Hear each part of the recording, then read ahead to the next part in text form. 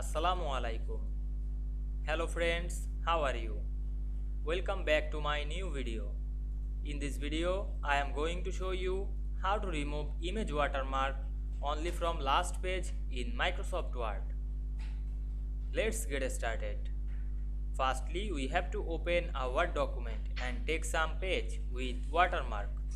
Now we want to remove image watermark only from the last page. Go to the second page.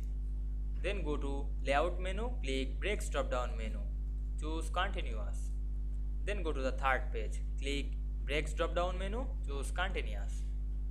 Then go to the Insert menu, click Header option, choose Blank Header.